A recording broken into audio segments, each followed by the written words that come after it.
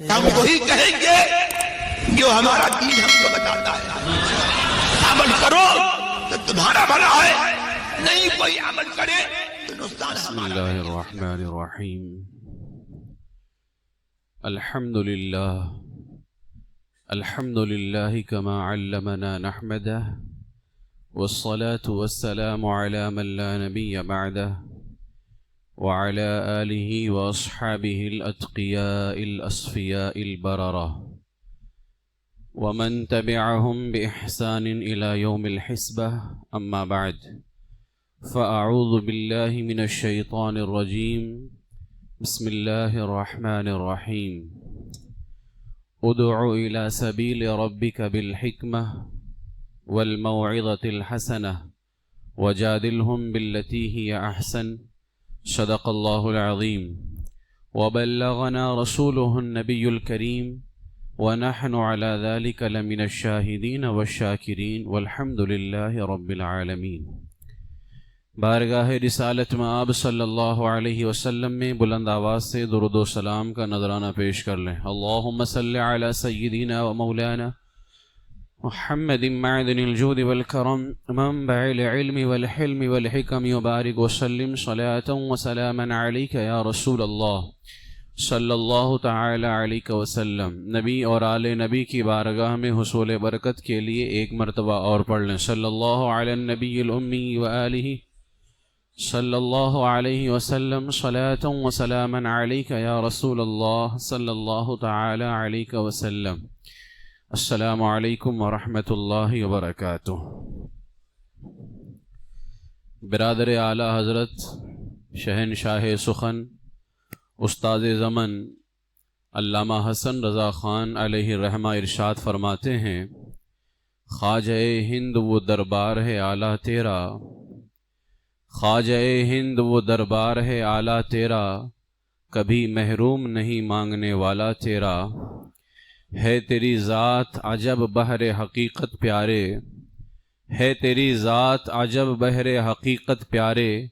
کسی تیراک نے پایا نہ کنارہ تیرا. کیا مہک ہے کہ معطر ہے دماغ عالم، کیا مہک ہے کہ معطر ہے دماغ عالم، تخت گلشن فردوس ہے روضہ تیرا. تجھ میں ہیں تربیت خضر کے پیدا آثار، بحر و بر میں ہمیں ملتا ہے سہارا تیرا. پھر مجھے اپنا در پاک دکھا دے پیارے، پھر مجھے اپنا در پاک دکھا دے پیارے، آنکھیں پر نور ہوں پھر دیکھ کے جلوہ تیرا. تجھ کو بغداد سے حاصل ہوئی وہ شان رفیع، تجھ کو بغداد سے حاصل ہوئی وہ شان رفیع، دنگ رہ جاتے ہیں سب دیکھ کے رتبہ تیرا. کیوں نہ بغداد میں جاری ہو تیرا چشمہ فیض، کیوں نہ بغداد میں جاری ہو تیرا چشمہ فیض، بحر بغداد ہی کی نہر ہے دریا تیرا.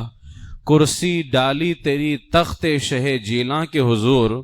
کرسی ڈالی تیری تخت شہ جیلاں کے حضور، کتنا اونچا کیا اللہ نے پایا تیرا. اور جب سے تو نے قدم غوث لیا ہے سر پر،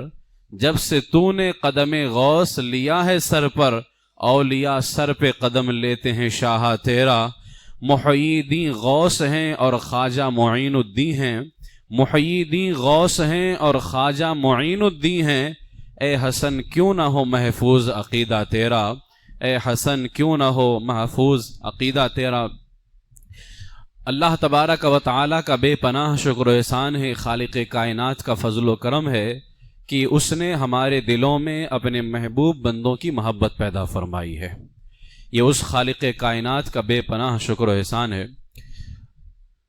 قرآن مقدس کی جس آیت کریمہ کی تلاوت کی ہے، اللہ تبارک و تعالی فرماتا ہے، ادعو الی سبیل ربک بالحکمہ والموعظۃ الحسنہ وجادلہم باللتی ہی احسن. اپنے رب کے راستے کی طرف حکمت اور اچھی نصیحت کے ساتھ بلاؤ اور ان سے اس طریقے پر بحث کرو جو سب سے اچھا طریقہ ہو. اللہ تبارک و تعالی اور اس کے محبوب ہمارے آقا سید عالم صلی اللہ علیہ وسلم نے ہمیں دعوت و تبلیغ کا حکم عطا فرمایا، اور ہماری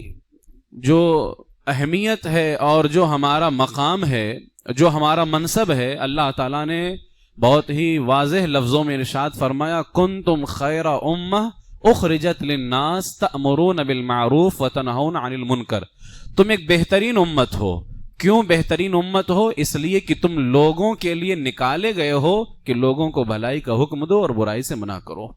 تو گویا کہ اللہ تبارک و تعالیٰ نے بھی اور احادیث مصطفیٰ میں رسول پاک علیہ السلام نے بھی ہمیں دعوت و تبلیغ کا حکم عطا فرمایا۔ خود میرے آقا سید عالم نور مجسم صلی اللہ تعالیٰ علیہ وسلم نے اسلام کی دعوت و تبلیغ فرمائی، حتیٰ کہ کافروں کی طرف سے مصیبتوں کا سامنا ہوا، پریشانیوں کا سامنا ہوا، پتھر برسائے گئے، گالیاں دی گئیں، لیکن رسول خدا صلی اللہ تعالیٰ علیہ وسلم نے اسلام کی دعوت و تبلیغ اور بنی نوع انسان کی تربیت اور ان کی اصلاح فرماتے رہے۔ لاکھ مشکلیں آئیں لیکن کسی مشکل کی بنیاد پر آپ نے دعوت و تبلیغ کو نہ روکا، اور جو اسلام کا پیغام تھا اور اللہ تبارک و تعالیٰ کا جو پیغام بندوں تک پہنچانا تھا، حضور اس کو برابر پہنچاتے رہے۔ جب میرے آقا علیہ السلام دنیا سے تشریف لے کر کے گئے، آپ کے بعد صحابہ اور تابعین رضی اللہ تعالیٰ عنہم نے اس مبارک فریضے کو انجام دیا، اور صحابہ نے اپنی قیمتی جانوں کا نذرانہ پیش کر کے رسول پاک کے غلاموں تک کے اسلام کے پیغام کو پہنچایا اور دنیا کے سامنے صحیح راستہ پیش کیا۔ اس مبارک جماعت کے بعد علماء کی جماعت ہے، صلحاء کی جماعت ہے، صوفیہ کی جماعت ہے، اولیاء کرام رضی اللہ تعالی عنہم کی جماعت ہے۔ ان لوگوں نے اس تحریک کو آگے بڑھایا اور قرآن و سنت نے جو اصول بیان کیا ہے، اس اصول کے مطابق انہوں نے نہایت ہی آسن اور خوبصورت طریقے سے اسلام کی دعوت کو آگے پہنچایا اور اسلام کو پھیلاتے رہے، لوگوں کی اصلاح اور تربیت کرتے رہے۔ اسلام کی تاریخ کبھی بھی داعیان دین سے اور امت کی اصلاح کرنے والوں سے خالی نہیں رہی ہے۔ دعوت و تبلیغ کا کام ہر زمانے میں ہوتا رہا اور زمانے کی ضرورتوں کے حساب سے ہوتا رہا۔ اس زمانے میں جو ضرورت ہے اسی حساب سے دین کا کام بھی ہوتا رہا اور دین کو آگے پہنچایا بھی جاتا رہا۔ ہندوستان کی اگر بات کی جائے تو ہندوستان کی سرزمین پر آنے والے ایک نہیں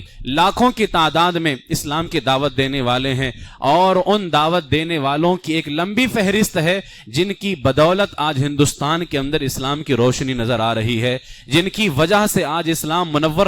ہندوستان منور نظر آ رہا ہے کہ ہندوستان کی سرزمین پر آج اگر اسلام کی بہاریں ہیں تو انہی بزرگوں کی وجہ سے ہیں، انہی اکابر اولیاء کی وجہ سے ہے۔ اگر میں ان تمام اکابر کی بات کروں تو ایک لمبی داستان ہے، ان کے ناموں کی فہرست اتنی لمبی ہے کہ اس کے لیے گھنٹوں چاہیے صرف ان کے نام بیان کرنے کے لیے۔ ان کے کارنامے تو بہت بلند ہیں، لیکن ان میں ایک بہت بڑا نام سرکار خواجہ غریب نواز رضی اللہ تعالیٰ عنہ کا ہے۔ جب آپ اجمیر تشریف لے کر کے آئے تو اجمیر تشریف لانے کے بعد جس زمانے میں تشریف لے کر کے آئے وہ زمانہ کوئی ایسا نہیں تھا کہ ان کے بالکل جو ہے حمایت میں زمانہ تھا، بالکل خلاف زمانہ تھا، سب کے سب دشمن تھے۔ لیکن جس زمانے میں میرے سرکار غریب نواز رضی اللہ تعالیٰ عنہ تشریف لے کر کے آئے، آپ نے ایسے حسین طرز تبلیغ کو اور ایسے انداز کو آپ نے اصلاح کرنے کے لیے اپنایا ہے جس انداز میں علم و حکمت بھی ہے، حسن کردار بھی ہے، دلائل کی جولانی بھی ہے، گفتار بھی ہے، کردار بھی ہے، اخلاق بھی ہے۔ ہر طریقے سے آپ نے لوگوں کی ایسی اصلاح اور تربیت فرمائی ہے، اور مصطفیٰ جان رحمت صلی اللہ تعالیٰ علیہ وسلم کے طریقے پر عمل کرتے ہوئے جب آپ نے اسلام کی تبلیغ فرمائی اور لوگوں کی تعلیم کے ذریعے سے آپ نے امت کے اندر جو خوبصورتی پیدا کی ہے، تو پھر دنیا نے دیکھا کہ چند ہی دنوں کے بعد ہندوستان جو کفرستان بنا ہوا تھا، جہاں پہ چاروں طرف کفر کا ہی جو ہے ولولہ تھا، ہر طرف کفر ہی کفر نظر آ رہے تھے، میرے سرکار غریب نواز رضی اللہ تعالیٰ عنہ کی محنتوں کی بنیاد پر اللہ تعالیٰ نے یہاں اسلام کی شمع کو روشن فرمایا، اور یہاں پھر اسلام کے جو ہے چراغ نمودار ہوئے اور یہاں پر اسلام کی روشنی جو ہے نظر آئی۔ گویا کہ سرکار غریب نواز رضی اللہ تعالیٰ نے اس ہندوستان کو اندھیرے سے نکال کر کے اسلام اور قرآن کے باغ میں اور محمدی چمن میں داخل فرما دیا ہے۔ جو ہندوستان کافروں سے بسا ہوا ہو، جس ہندوستان کے اندر اللہ کا نام لینے والا کوئی نہ ہو اور ایک عجیب ماحول قائم ہو، ایسے ماحول میں جا کر کے، ایسی زمین پر جا کر کے اگر لوگوں کے درمیان قرآن و سنت کی تعلیم کو عام کرنا ہو تو یقیناً یہ ہر کسی کے بس کی بات نہیں ہے، یہ صرف میرے سرکار غریب نواز رضی اللہ تعالیٰ عنہ کا حصہ تھا۔ اور کیوں نہ ہو، حضور نے فرمایا تھا اے معین الدین میں تمہیں ہندوستان کی ولایت عطا کر کے بھیجتا ہوں۔ میں سرکار غریب نواز رضی اللہ تعالیٰ عنہ کے جو فرامین ہیں آج بھی جو ہے ہزاروں سال زمانہ گزر رہا ہے دنیا سے رخصت ہو کر کے، لیکن آپ کے ایسے مبارک فرامین ہیں، آپ کی تعلیمات ہیں کہ سرکار غریب نواز رضی اللہ تعالیٰ عنہ کو تو سینکڑوں سال ہو گئے دنیا سے جا کر کے، انہوں نے اپنی زندگی کے اندر جو لوگوں کی تعلیم کی اور ان کی تربیت کی اس کی وجہ سے تو لوگ کامیاب ہوتے رہے، لیکن آج بھی سرکار غریب نواز رضی اللہ تعالیٰ عنہ کی تعلیمات کے ذریعے سے لوگ فیض حاصل کر رہے ہیں اور ہمیں ہدایت مل رہی ہے۔ میں چند باتیں ان کی جو ہے آپ کے سامنے پیش کروں گا۔ حضرت سرکار غریب نواز رضی اللہ تعالیٰ نے کس طرح سے تعلیم فرمائی ہے اور کس طرح سے لوگوں کی تربیت فرمائی۔ سرکار غریب نواز رضی اللہ تعالیٰ تمام کاموں کے اندر سب سے پہلی بات وہ سنتوں کا اہتمام فرمایا کرتے، ہر کام کے اندر آپ سنتوں کا اہتمام فرمایا کرتے، اور اگر کبھی کسی وجہ سے کوئی سنت ترک ہو جاتی تو حد درجہ پریشان بھی ہو جایا کرتے تھے، خود اپنے ساتھیوں کو بھی سنتوں کی تلقین فرماتے کہ رسول پاک علیہ السلام کی سنت پہ عمل کیا کرو،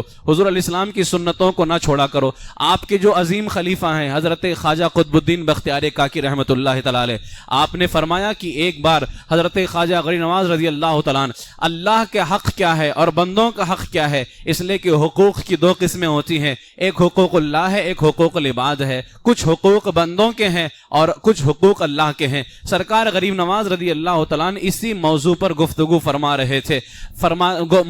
جو ہے گفتگو کرتے کرتے فرماتے ہیں کہ میں نے فقی ابو اللیث سمرقندی کی تفسیر میں دیکھا ہے ہر روز دو فرشتے آسمان سے اترتے ہیں، ایک کعبے کی چھت پر کھڑے ہو کر کے آواز دیتا ہے کہ اے لوگوں سنو، جو اللہ کا فرض نہیں بجا لاتا ہے یعنی اللہ کے احکام پر عمل نہیں کرتا ہے وہ کبھی بھی اللہ کے حقوق کو پورا نہیں کر سکتا ہے، یعنی اگر اللہ کے حقوق کو پورا کرنا ہے تو فرماتے ہیں کہ وہ فرشتہ روز آواز لگاتا ہے، اگر اللہ کا حق پورا کرنا چاہتے ہو تو جو اللہ نے فرض کیا ہے اس کو پورا کرو، اگر اللہ نے جو فرض کیا ہے اسے پورا نہ کرو۔ دن میں 5 وقت کی نمازیں فرض ہیں، جو بندہ فرض نماز ہی ادا نہ کرتا ہو وہ اللہ کے حقوق پورے کیسے کر سکتا ہے؟ تو فرماتے وہ فرشتہ روز آواز لگاتا ہے کہ اے لوگوں سنو، جو اللہ کے فرض کو پورا نہیں کرتا ہے وہ اللہ کے حقوق ادا نہیں کر سکتا۔ اور پھر فرماتے ہیں دوسرا فرشتہ روضہ رسول صلی اللہ علیہ وسلم کے پاس کھڑے ہو کر کے آواز دیتا ہے اے لوگوں سنو،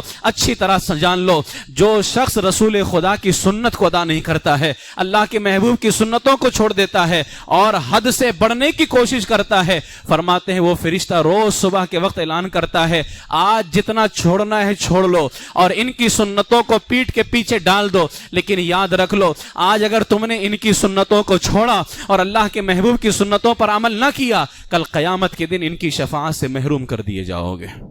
ان کی شفاعت سے محروم کر دیے جاؤ گے۔ یہ دو فرشتے روزانہ جو ہے آسمان سے اترتے ہیں اور ایک کعبے کے پاس کھڑے ہو کر کے آگاہ کرتا ہے اور دوسرا روضہ رسول صلی اللہ علیہ وسلم کے پاس کھڑے ہو کر کے آگاہ کرتا ہے۔ پھر حضرت سرکار غریب نواز رضی اللہ تعالیٰ نے اتنا بیان کرنے کے بعد میں فرماتے ہیں کہ میں خواجہ شیخ اجل شیرازی رحمت اللہ تعالیٰ علیہ کے ساتھ ایک مقام پہ تھا اور شام کی نماز کا وقت تھا، فرماتے ہیں کہ حضرت خواجہ اجل شیرازی جو ہیں یہ نیا وضو فرماتے تھے، اتفاقاً آپ انگلیوں کا خلال کرنا بھول گئے، انگلیوں میں خلال کرنا وضو میں سنت ہے۔ سرکار غریب نواز فرماتے ہیں کہ خواجہ اجل شیرازی جو تھے یہ خلال کرنا بھول گئے، غیبی فرشتے نے آواز دی اے اجل تو ہمارے محمد کی دوستی کا دعویٰ کرتا ہے اور اس کی امت بنتا ہے لیکن اس کی سنتوں کو چھوڑتا ہے۔ اتنی جب آواز آئی تو حضرت خواجہ اجل نے قسم کھائی کہ میں مرتے دم تک کوئی سنت نہیں چھوڑوں گا۔ سرکار غریب نواز فرماتے ہیں یہ تو واقعہ ہونا تھا ہو گیا، ایک مرتبہ میں خواجہ اجل شیرازی کو بہت پریشان پایا، میں نے پوچھا کیا بات ہے، کیوں اتنے پریشان ہو؟ تو سرکار غریب نواز نے جب پوچھا خواجہ اجل شیرازی سے اتنے پریشان کیوں ہو تو انہوں نے فرمایا اے غریب نواز کیا تمہیں نہیں معلوم ہے جس روز سے میری انگلیوں میں خلال کرنا مجھ سے چھوٹ گیا تھا اور غیبی آواز آئی تھی کہ تو میرے محبوب کی محبت کا دعویٰ کرتا ہے اور انہی کی سنتوں کو چھوڑتا ہے، حضرت خواجہ اجل شیرازی نوازی فرماتے ہیں میں نے تو اس دن قسم کھا لیا تھا کہ میں مرتے دم تک کے کوئی سنت نہیں چھوڑوں گا، لیکن جس سنت کو میں نے چھوڑ دیا تھا میں فکر میں ہوں کہ یہ منہ قیامت کے دن حضور کے سامنے کیسے دکھاؤں گا۔ اگر پوچھ لیا کہ تو مجھ سے محبت کا دعویٰ کرتا تھا اور میری سنت کو چھوڑ دیا کرتا تھا، حضرت سرکار غریب نواز رضی اللہ تعالیٰ عنہ اپنی گفتگو کو بڑھاتے ہوئے ارشاد فرماتے ہیں، پھر فرمایا کہ حضرت ابو ہریرہ کی روایت کے مطابق سنت میں لکھا ہے کہ ہر عضو کو 3 مرتبہ دھونا سنت ہے، یہ حضور کی بھی سنت ہے، پہلے پیغمبروں کی سنت ہے۔ فرماتے ہیں کہ ایک مرتبہ کیا ہوا، حضرت فضیل بن عیاض رضی اللہ تعالیٰ عنہ وضو کرتے وقت ہاتھ صرف 2 مرتبہ دھوئے جبکہ 3 مرتبہ دھونا سنت ہے۔ یہ ساری گفتگو سرکار غریب نواز رضی اللہ تعالیٰ عنہ فرما رہے ہیں اور کس طرح سے اپنے مریدوں کی تعلیم فرماتے ہیں۔ کہتے ہیں 3 مرتبہ دھلنا سنت ہے، لیکن فضیل بن عیاض وضو کرتے وقت ہاتھ صرف 2 مرتبہ دھوئے۔ جب نماز ادا کر چکے اسی رات حضور کو خواب میں دیکھا اور فرماتے ہیں کہ مجھے تجھ پر تعجب ہے کہ تمہارے وضو میں کمی رہ جاتی ہے۔ سرکار علیہ السلام نے جیسے ہی فرمایا فضیل مجھے تجھ پر تعجب ہے، تیرے وضو میں کمی رہ جاتی ہے، حضرت فضیل بن عیاض جاگ اٹھے اور جاگ کر کے تازہ وضو کرتے ہیں، نماز ادا کی اور پھر جس نماز کو ادا کر لیا تھا کفارے کے لیے سال بھر 500 رکعت نماز بطور وظیفہ ادا کرتے رہے، لیکن پھر بھی فکر لگی رہی کہ میں نے جو 3 مرتبہ نہیں دھلا قیامت کے دن میں اللہ کے رسول کو کیا منہ دکھاؤں گا۔ یہ ہمارے اکابرین تھے۔ پھر حضرت سرکار غریب نواز رضی اللہ تعالیٰ عنہ فرماتے ہیں حدیث میں دایاں ہاتھ کھانے کے لیے ہے، بایاں ہاتھ کھانے کے لیے ہے، منہ دھونے کے لیے ہے اور بایاں ہاتھ استنجا کرنے کے لیے ہے، یعنی فرمایا گیا داہنے ہاتھ سے کھاؤ،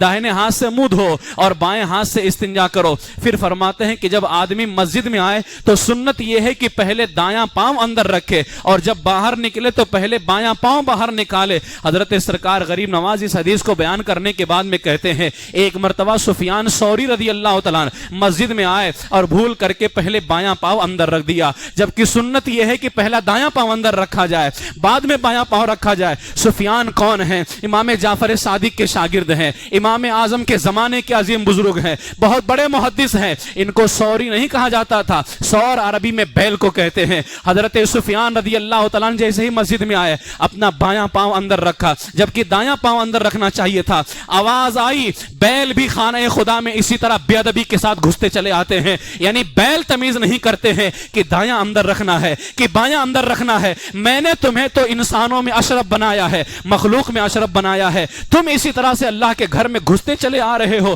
اسی روز سے آپ کا لقب پڑ گیا ثوری، کیونکہ کہا گیا تھا بیل اسی طرح سے بے ادبی کے ساتھ گھستے چلے آتے ہیں۔ مجھے بتائیں یہ ہمارے اکابرین تھے، اگر ان کی زندگی کے اندر کوئی ایک سنت چھوٹ جاتی تھی فوراً عالم ربانی سے غیبی آواز آتی تھی اور ان کو متنبہ کر دیا جاتا تھا۔ آخر انہیں تنبیہ کیوں کی جاتی تھی؟ آج ہم سوچ رہے ہوں گے ہم تو سنتوں پہ سنتیں چھوڑ رہے ہیں، ہمیں کوئی آواز کیوں نہیں آتی ہے، ہمیں کیوں نہیں بتایا جاتا ہے کہ تم یہ سنت چھوڑ رہے ہو؟ میرے عزیزوں میں آپ کو بتاتا ہوں، جب کوئی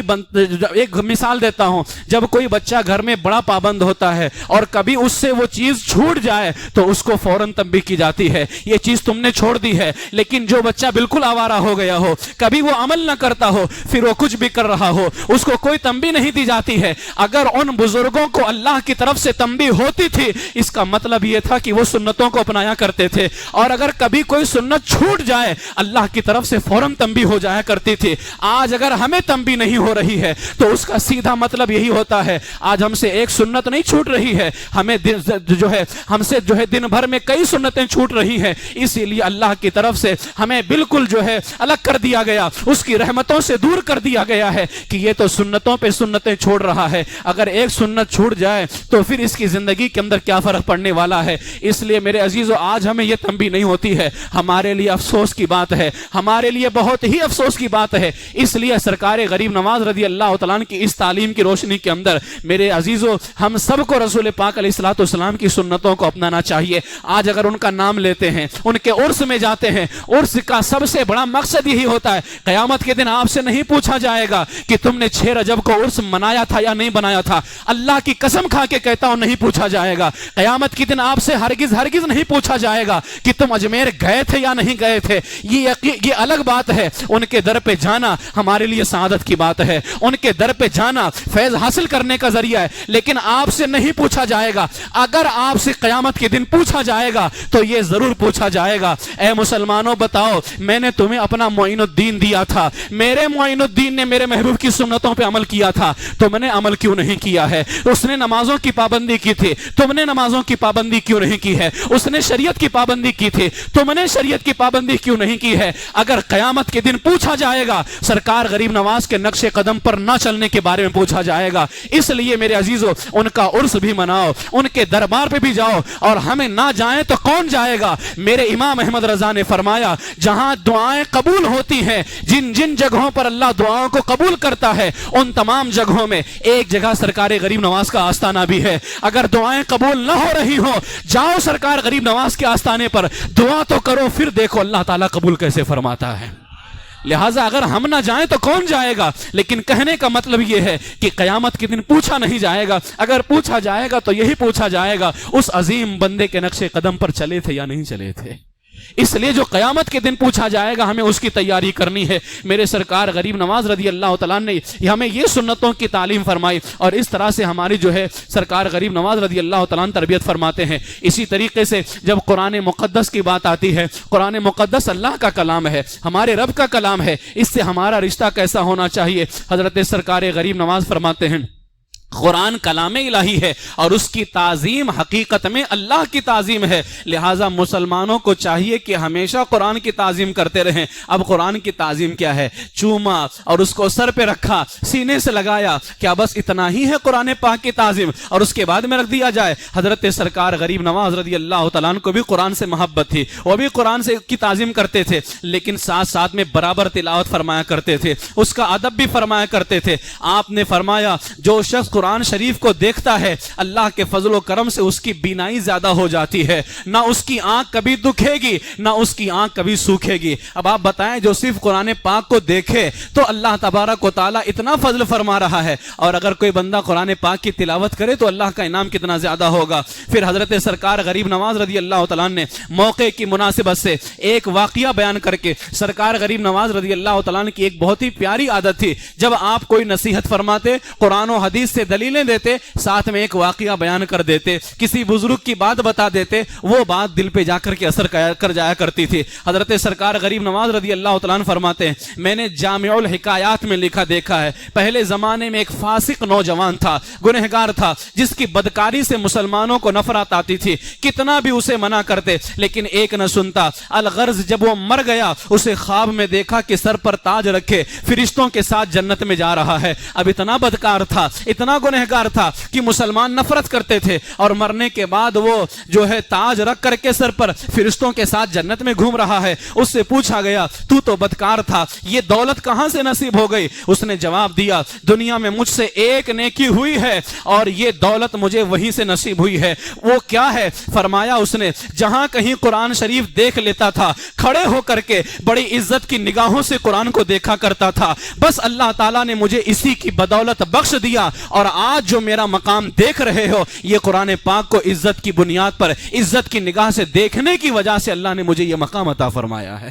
بتائیں قرآن پاک کو جس نے صرف عزت کی نگاہ سے دیکھا ہو, اللہ کا کلام ہے, اس کو پیار آ گیا, یہ میرے کلام کو عزت کی نگاہ سے دیکھ رہا ہے, اس نے بخش دیا. اور اگر کوئی بندہ فجر کی نماز کے بعد بیٹھ کر کے تھوڑی ہی دیر 5 منٹ 10 منٹ ایک رکوع یا ایک آیت پڑھ لے تو کیا اللہ کو پیار نہ آئے گا کہ سارے بندے میرے چلے گئے نماز پڑھ کر کے, لیکن میرا یہ بندہ میرا کلام بیٹھ کر کے پڑھ رہا ہے, یقیناً اسے پیار آئے گا. اور پھر تم قرآن پڑھ کر کے کام پہ نکلو, روزی دینے والا پروردگار عالم ہے, وہ تمہاری روزی میں بے پناہ برکتیں پیدا فرمائے گا. لیکن ذرا اس کے کلام سے محبت تو کرو, اس کی کتاب سے محبت تو کرو. حضرت سرکار غریب نواز رضی اللہ تعالیٰ نے ہمیں قرآن مقدس کے حوالے سے یہ تعلیم بیان فرمائی. اس کے بعد نمازوں کی پابندی کے حوالے سے حضرت سرکار غریب نواز رضی اللہ تعالیٰ فرماتے ہیں, فرمایا کہ نماز ایک امانت ہے جو اللہ تعالیٰ نے بندوں کے حوالے کی ہے, لہٰذا بندوں پر واجب ہے کہ اس امانت کے اندر کسی طرح کی کوئی کمی نہ کرے. جب لوگ نماز اچھی طرح ادا ادا کرتے ہیں اور اس کا حقوق بجا لاتے ہیں، رکوع صحیح سے کرتے ہیں اور تسبیح صحیح سے پڑھتے ہیں، سجدہ صحیح سے کرتے ہیں، حضرت سرکار غریب نواز رضی اللہ تعالیٰ عنہ فرماتے ہیں فرشتے اس نماز کو آسمان پر لے کر کے جاتے ہیں، پھر اس نماز سے نور شائع ہوتا ہے اور آسمان کے دروازے کھل جاتے ہیں۔ جب وہ نماز عرش کے نیچے لائی جاتی ہے تو حکم ہوتا ہے کہ سجدہ کر اور نماز ادا کرنے والے کے لیے بخشش مانگ، کیونکہ اس نے تیرے حقوق ادا کر دیے ہیں، تجھے صحیح سے ادا کیا ہے، تلاوت بھی اچھی کی ہے، رکوع بھی صحیح سے کیا ہے، سجدہ بھی صحیح سے کیا ہے، اس لیے جس نے تجھے ادا کیا ہے اس کے لیے بخشش کی دعا کر۔ لیکن فرماتے ہیں سرکار غریب نواز جو نماز ادا نہیں کرتا ہے صحیح معنوں میں، نماز کے سجدے کا خیال نہیں کرتا، نماز کے رکوع کا خیال نہیں کرتا، فرائض اور واجبات کا خیال نہیں کرتا ہے، جب ان کی نماز کو فرشتے آسمان پر لے کر کے جاتے ہیں آسمان کے دروازے نہیں کھلتے، حکم ہوتا ہے اس نماز کو لے جا کر کے اسی کے منہ پر مار دو، پھر نماز زبان حال سے کہتی ہے اللہ تجھے ضائع کرے، تجھے برباد کرے جس طرح تو نے مجھے برباد کیا ہے۔ یعنی نمازی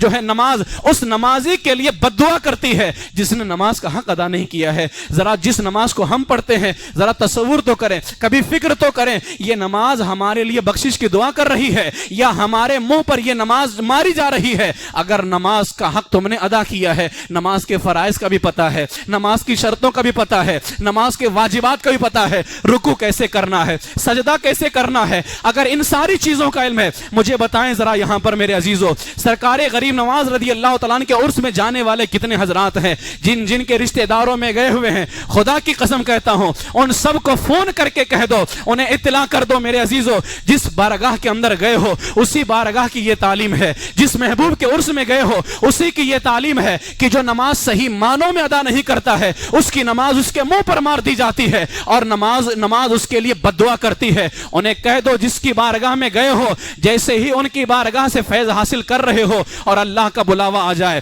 نماز کا وقت ہو جائے، نماز ادا کرنے کے لیے فوراً حاضر ہو جانا۔ کتنے حضرات ایسے ہیں عرس غریب نواز میں اجمیر شریف پہنچ کر کے اتنے مقدس دربار میں ہے، اتنی مقدس سرزمین پر موجود ہوتے ہیں لیکن پھر بھی نمازیں چھوڑ رہے ہوتے ہیں۔ مجھے بتاؤ جو صحیح معنوں میں ادا نہ کرے اس کا یہ حال ہوتا ہے کہ نماز اس کے منہ پر مار دی جاتی ہے، نماز اس کے لیے بد دعائیں کرتی ہے، تو جو بندہ نماز ہی نہ پڑھے ظاہر سی بات ہے اس کا کیا برا حال ہونے والا ہے۔ آج حالات اسی لیے ہمارے خراب ہیں لیکن لوگ اس کو جو ہے جادو اور ٹونا اور سحر اور آسیب کا نام دے کر کے اپنی جو ہے زندگی کو تباہ کر رہے ہوتے ہیں۔ اللہ نے فرمایا ما اصابک من مصیبت فبما کسبت ایدیکم، تمہیں مصیبتیں جو پہنچتی ہیں یہ تمہارے ہاتھوں کی وجہ سے ہے، تمہارے گناہوں کی وجہ سے ہے۔ لہٰذا میرے عزیزو سرکار غریب نواز رضی اللہ تعالیٰ عنہ کا عرس منائیں، ان کی بارگاہ میں خراج عقیدت پیش کریں لیکن ان کے نقش قدم پر چلنا ضروری ہے۔ حضرت سرکار غریب نواز رضی اللہ تعالیٰ نے یہ بات بیان کرنے کے بعد میں اپنے بارے میں ایک بات ارشاد فرماتے ہیں، ہمارے اکابرین پہلے کہتے تھے، فرماتے ہیں میں جب شام کے قریب ایک شہر میں تھا، شام کے باہر ایک غار تھی جس میں ایک بزرگ تھے شیخ اوحد محمد الواحد غزنوی رحمت اللہ تعالی علیہ، جن کے وجود مبارک پر چمڑا ہی چمڑا تھا، سجادے پر بیٹھے ہوئے تھے، دو شیر ان کے پاس کھڑے ہوئے تھے۔ حضرت سرکار غریب نواز فرماتے ہیں شیروں کے ڈر کے میں ہمارے پاس جا نہیں سکتا تھا کیونکہ اس وقت میں ہندوستان آ ہی رہا تھا، ان کی نگاہ مجھ پر پڑی تو فرمایا آ جاؤ ڈرو نہیں۔ جب میں پاس گیا انہوں نے سب سے پہلی بات جو مجھے کہا، سرکار غریب نواز فرماتے اس بزرگ نے کہا سنو جب تک تم کسی کا ارادہ نہیں کرو گے وہ بھی تیرا ارادہ نہیں کرے گا، یعنی شیر کی کیا مجال ہے کہ تو اس سے ڈرتا ہے، اگر تیرے دل میں اللہ کا ڈر ہوگا تو تجھے کوئی ڈرا نہیں سکتا ہے۔ حضرت سرکار غریب نواز رضی اللہ تعالیٰ عنہ فرماتے میں ان کے پاس میں بیٹھ گیا، حضرت سرکار غریب نواز فرماتے انہوں نے خود کہا جانتے ہو کہ آج یہ میرا حال کیسا ہے؟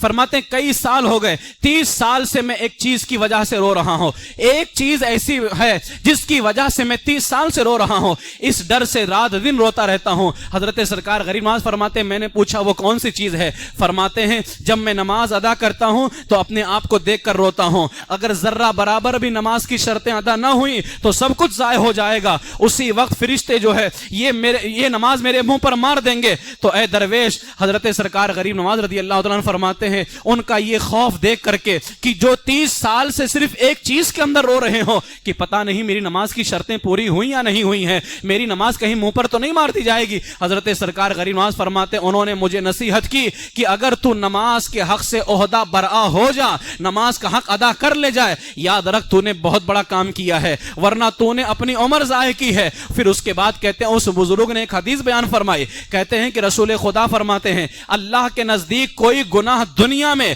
اور کوئی دشمن قیامت میں اس سے بڑھ کر کے نہیں. یعنی اگر اللہ کے نزدیک کوئی سب سے بڑا گناہ دنیا میں ہے اور سب سے بڑا دشمن دنیا میں کوئی ہے تو اس سے بڑھ کر کے نہیں جو نماز کو شرائط کے مطابق ادا نہیں کرتا ہے. یعنی نماز کو شرطوں کے بغیر ادا کیا جائے یہ دنیا میں سب سے بڑا گناہ ہے, اور نماز کو شرطوں کے بغیر ادا کرنے والا قیامت کے دن اللہ کا سب سے بڑا دشمن ہوگا. حضرت سرکار غریب نواز رضی اللہ تعالیٰ یہ ارشاد فرما کر کے فرماتے ہیں اے لوگوں سنو, فرماتے ہیں وہ کیسے مسلمان ہیں جو نماز کے وقتوں پر نماز ادا نہیں کرتے اور اتنی دیر کرتے ہیں کہ نماز کا وقت گزر جاتا ہے. ان کی مسلمانی پر 20,000 بار افسوس ہو جو اللہ کی بندگی میں کوتاہی کرتے ہیں, جو وہاں جا کر کے بھی نمازیں چھوڑ رہے ہیں. سرکار غریب نواز تو فرماتے ہیں جو مسلمان نماز چھوڑ دے اس کی مسلمانی پر 20,000 مرتبہ افسوس ہے. مجھے بتاؤ اجمیر میں کس کا فیضان بٹ رہا ہے؟ اسی مرد قلندر کا تو فیضان بٹ رہا ہے. اجمیر میں کس کی رحمتیں بٹ رہی ہیں؟ اسی کی تو رحمتیں بٹ رہی ہیں. لیکن وہ کہتے ہیں 20,000 مرتبہ افسوس ہو. اب جن لوگوں نے نمازیں چھوڑی ہیں ان پر تو سرکار غریب نواز 20,000 مرتبہ افسوس فرما رہے ہیں, اور تم یہ تصور کر رہے ہو کہ مجھے ان کی برکتیں مل جائیں گی. ہرگز نہیں, ہرگز نہیں. وہاں پر لاکھوں روپیہ چندہ دینا یا نیاز کرنے سے ان کی رحمتیں نہیں ملتی ہیں. اگر اللہ تعالیٰ نے موقع عطا کیا ہے اور تم ان کی بارگاہ میں حاضر ہو گئے ہو تو میرے عزیزو ان کے نقش قدم پر چلو. وہاں جانے کے بعد تم خرچ کچھ نہ بھی کرو گے, سرکار غریب نواز جب اپنی بارگاہ سے تمہیں بھیجیں گے رحمتوں اور برکتوں سے مالا مال کر کے بھیجیں گے وہ. اس لیے میرے عزیزو ان کے طریقے پر چلنے کی کوشش کرو. حضرت سرکار غریب نواز رضی اللہ تعالیٰ عنہ کی یہ تعلیمات تھیں جو میں نے آپ کے سامنے پیش کی ہیں. اس کے علاوہ سرکار غریب نواز رضی اللہ تعالیٰ عنہ کی جو ہے بے شمار تعلیمات ہیں, انشاءاللہ تعالیٰ پھر کبھی اور پیش کیا جائے گا. سرکار غریب نواز رضی اللہ تعالیٰ نے جس طرح سے ہمارے اعمال کی جو ہے اصلاح فرمائی ہے, ہمیں تربیت فرمائی ہے. میں جتنے بھی حضرات یہاں پر ہیں, میں نے درس میں کہا تھا کہ ماہ رمضان شریف بالکل قریب ہے اور رجب شریف بھی ہے, ماہ شعبان ہے. ان 2 مہینوں میں میرے آقا دعا فرماتے تھے اللہم بارک لنا فی رجب و شعبان وبلغنا رمضان. اے اللہ رجب میں شعبان میں ہمیں برکت عطا فرما اور رمضان سے ملا دے. صرف دعا کرنا ہے بلکہ برکت ہمیں حاصل کرنی اللہ کی بارگاہ سے. ہم کیا کریں, رمضان کے اندر ہم 20 رکعت تراویح زیادہ کر دیتے ہیں عشاء میں, یعنی ہم روزانہ 17 رکعتیں پڑھتے ہیں. رمضان میں ہم کو اسی وقت میں 37 رکعت پڑھنی ہوتی ہے, یعنی تھوڑا زیادہ ہو جاتا ہے. تلاوت قرآن بھی کرنا ہوتا ہے. ہمیں 30 دن پابندی کے ساتھ روزے بھی رکھنے ہوتے ہیں. جو بندہ جو ہے مہینوں سے غفلت میں ہو اور وہ یوں ہی زندگی گزار رہا ہو, یقیناً بہت بھاری پڑتا ہے کہ ہمیں اب فوراً روزہ بھی رکھنا ہے, 37 رکعتیں بھی پڑھنی ہے. تو بہتر یہ ہے کہ میرے عزیزو اس مہینے میں اور شعبان کے اندر 3 دن روزے رکھیں, پھر 2 دن چھوڑ دیں, پھر 2-3 دن رکھیں, پھر 2-3 دن چھوڑ دیں, تاکہ اس طرح سے آپ کی جو ہے نا یہ عادت بنتی رہے. اور جب ماہ رمضان شریف آ جائے تو آپ بالکل تیار ہو جائیں, پھر آپ کو روزہ رکھنے میں بھاری نہیں ہوگا اور رمضان شریف کا روزہ بھی نہیں چھوٹے گا. اسی طرح راتوں میں اٹھ کر کے 2 رکعتیں تہجد پڑھ لیا کریں, نفل پڑھ لیا کریں, تاکہ پھر آپ کو رمضان آتے آتے عادت بن جائے گی اور 20 رکعت تراویح پڑھنے کے لیے آپ مکمل طریقے سے تیار ہو جائیں گے. روزانہ تلاوت قرآن کرتے رہیں, ایک رکوع کرتے رہیں, ظاہر سی بات ہے اس کا لطف ملے گا, دھیرے دھیرے بڑھتا رہے گا. آج آپ 1 آیت پڑھو گے, کل 2 آیت پڑھو گے, 1 رکوع تک بڑھ جائے گا. ماہ رمضان شریف آتے آتے تلاوت قرآن کی عادت بن جائے گی, اور جب ماہ رمضان آئے گا تو تم اللہ کے کلام کو زیادہ سے زیادہ پڑھ سکو گے. اللہ تعالیٰ برکتیں عطا فرمائے گا. اس لیے اگر اس مہینے کے اندر اور شعبان کے اندر ہم رمضان شریف کی تیاری کرنا چاہیں, میرے عزیزو ہمیں رمضان کی تیاری چاند دیکھ کر کے نہیں کرنی ہوتی ہے, ہمیں رمضان شریف کی تیاری ماہ رجب کا چاند دیکھ کر کے کرنا ہوتا ہے. اس لیے جتنے بھی حضرات یہاں پر بیٹھے ہوئے ہیں میں ان سب سے گزارش کروں گا میرے عزیزو یہ فکر لے لیں, یہ تصور کر لیں کہ 2 مہینے کے بعد رمضان شریف نہیں ہے, بلکہ جیسے جیسے ایک دن جا رہا ہے ہم ماہ رمضان شریف سے قریب ہو رہے ہیں, ماہ رمضان کی خوشبوئیں ہم سے قریب ہو رہی ہیں. اس لیے ماہ رمضان کی تیاری کریں انشاءاللہ تعالیٰ. پھر دیکھنا آپ 2 مہینہ تیاری تو کر کے دیکھو, یقین کے ساتھ کہتا ہوں پچھلے سال ہم نے رمضان شریف سے پہلے کچھ باتیں بتائی تھیں, لوگوں نے اس پر عمل کیا اور الحمدللہ کچھ لوگوں نے اپنی باتیں آ کر کے کہیں بھی کہ بڑا لطف آ رہا ہے، جو ہمیں رمضان جس طرح سے گزرنا چاہیے گزر رہا ہے. اب میں اس سال یہ کہتا ہوں 2 مہینہ تم رمضان کی تیاری کرو. خدا کی قسم کھا کے کہتا ہوں ہر سال سے زیادہ تم آنے والے سال رمضان میں عبادتیں کر سکو گے، ہر سال سے زیادہ رمضان میں عبادتیں کر سکو گے. لیکن ان 2 مہینوں کے اندر آپ تیاری کرو. اللہ تبارک و تعالیٰ کی بارگاہ میں دعا کرتا ہوں کہ پروردگار عالم اپنے محبوب ہمارے آقا سید عالم صلی اللہ تعالیٰ علیہ وسلم کے طفیل ماہ رمضان شریف کی تیاری کی توفیق عطا فرمائے، اور سرکار غریب نواز رضی اللہ تعالیٰ عنہ کے روحانی فیضان سے اللہ تعالیٰ ہم سب کو مالا مال فرمائے، ان کے نقش قدم پر چلنے والا بنائے. میرے عزیزو، یہی گزارش کروں گا اس عظیم مرد قلندر کے طریقے پر چلو.